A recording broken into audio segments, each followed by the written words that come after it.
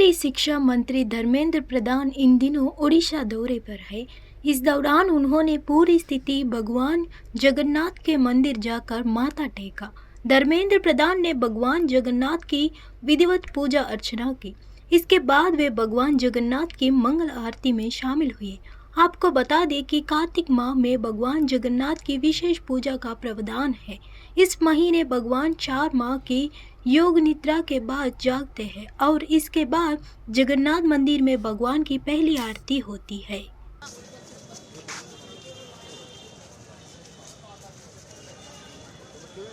आज महाप्रभु की दर्शन का सौभाग्य मिला। कार्तिक महीने में शनिवार के दिन महाप्रभु का जो पहला दर्शन होता है, शयन से उठने के बाद जो पहला वो जन दर्शन करते हैं उसको मंगला आरती कहा जाता है। मेरा आज परम सौभाग्य में उस आरती का दर्शन किया। आज मैं आया हूँ पुरी एक अंतर्राष्ट्रीय गोष्ठी में भाग लेने के लिए। जगन्नाथ संस्कृति। तेलंगाना विधानसभा चुनाव से पहले बीजेपी को बड़ा झटका लगा है। बीजेपी से इस्तीफा देने के 2 दिन बाद दिग्गज अभिनेत्री से नेता बनी एम विजयशांति कांग्रेस पार्टी में शामिल हो गई। कांग्रेस अध्यक्ष मल्लिकार्जुन खड़गे ने तेलंगाना के पार्टी प्रभारी मणिकरायु ठाकरे, कांग्रेस विधायक दल के नेता मल्लू भट्टी विक्रमार्क और अन्य की उपस्थिति में उनका पार्टी में स्वागत किया। पूर्व सांसद विजयशांति 30 नवंबर को होने वाले तेलंगाना विधानसभा चुनाव से 2 सप्ताह से भी कम समय पहले कांग्रेस में लौट आई है।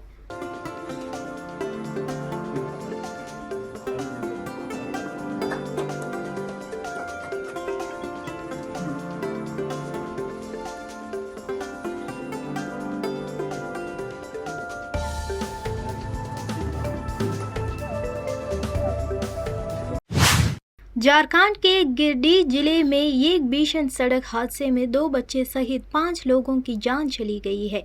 यहां बारात में आए लोगों की एसयूवी गाड़ी तेज रफ्तार की वजह से नियंत्रण खोकर सड़क किनारे पेड़ से जा टकराई, जिसकी वजह से वाहन में सवार 10 लोगों में से 5 की मौके पर ही मौत हो गई, जबकि 5 अन्य लोग गंभीर रूप से घायल हैं।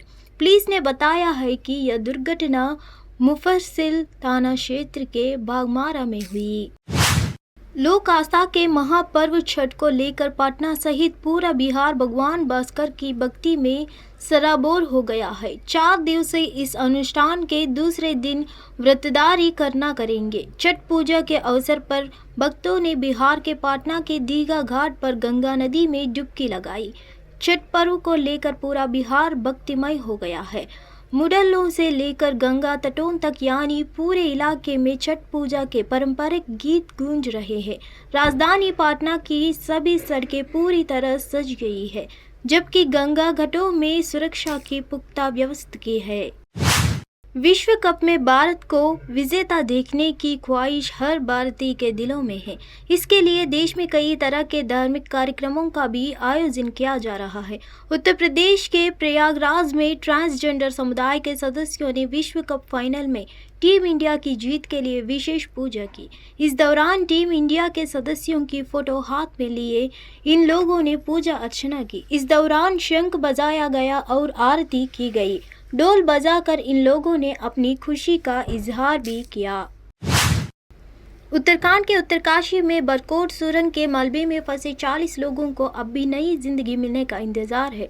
सुरंग ढहने की वजह से मलबे में फंसे 40 मजदूर 150 घंटे से राहत की सांस का इंतजार कर रहे हैं, मगर अब तक कोई खास कामयाबी मिलती नहीं दिख रही है।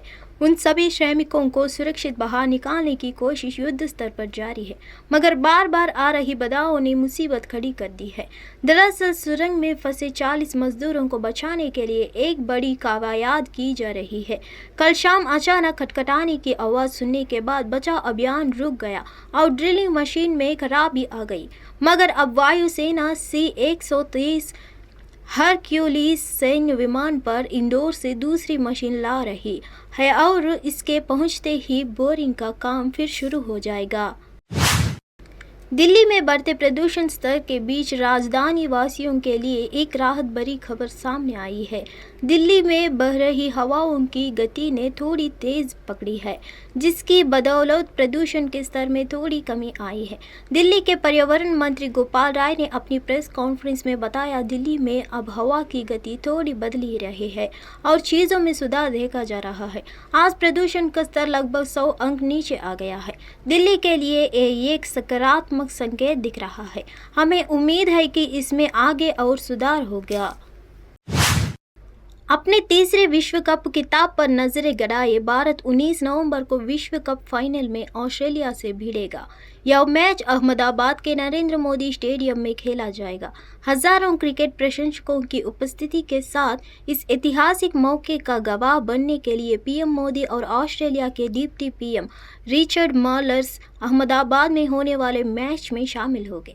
रोहित की अगुवाई वाले भारत ने पूरे टूर्नामेंट में सभी विभागों में शानदार क्रिकेट खेली है।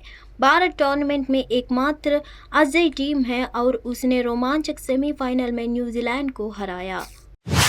भारत राष्ट्र समिति की नेता के कविता तेलंगाना के इत्तिक्याल में चुनाव प्रचार करते वक्त बेहोश हो गई।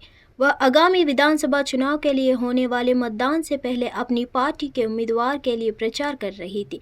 यह घटना तब घटी जब मुख्यमंत्री के चंद्रशेखर राव की बेटी के कविता एक ओपन टॉप व्हीकल से माइक्रोफोन के जरिए अपने समर्थकों को संबोधित कर रही थी।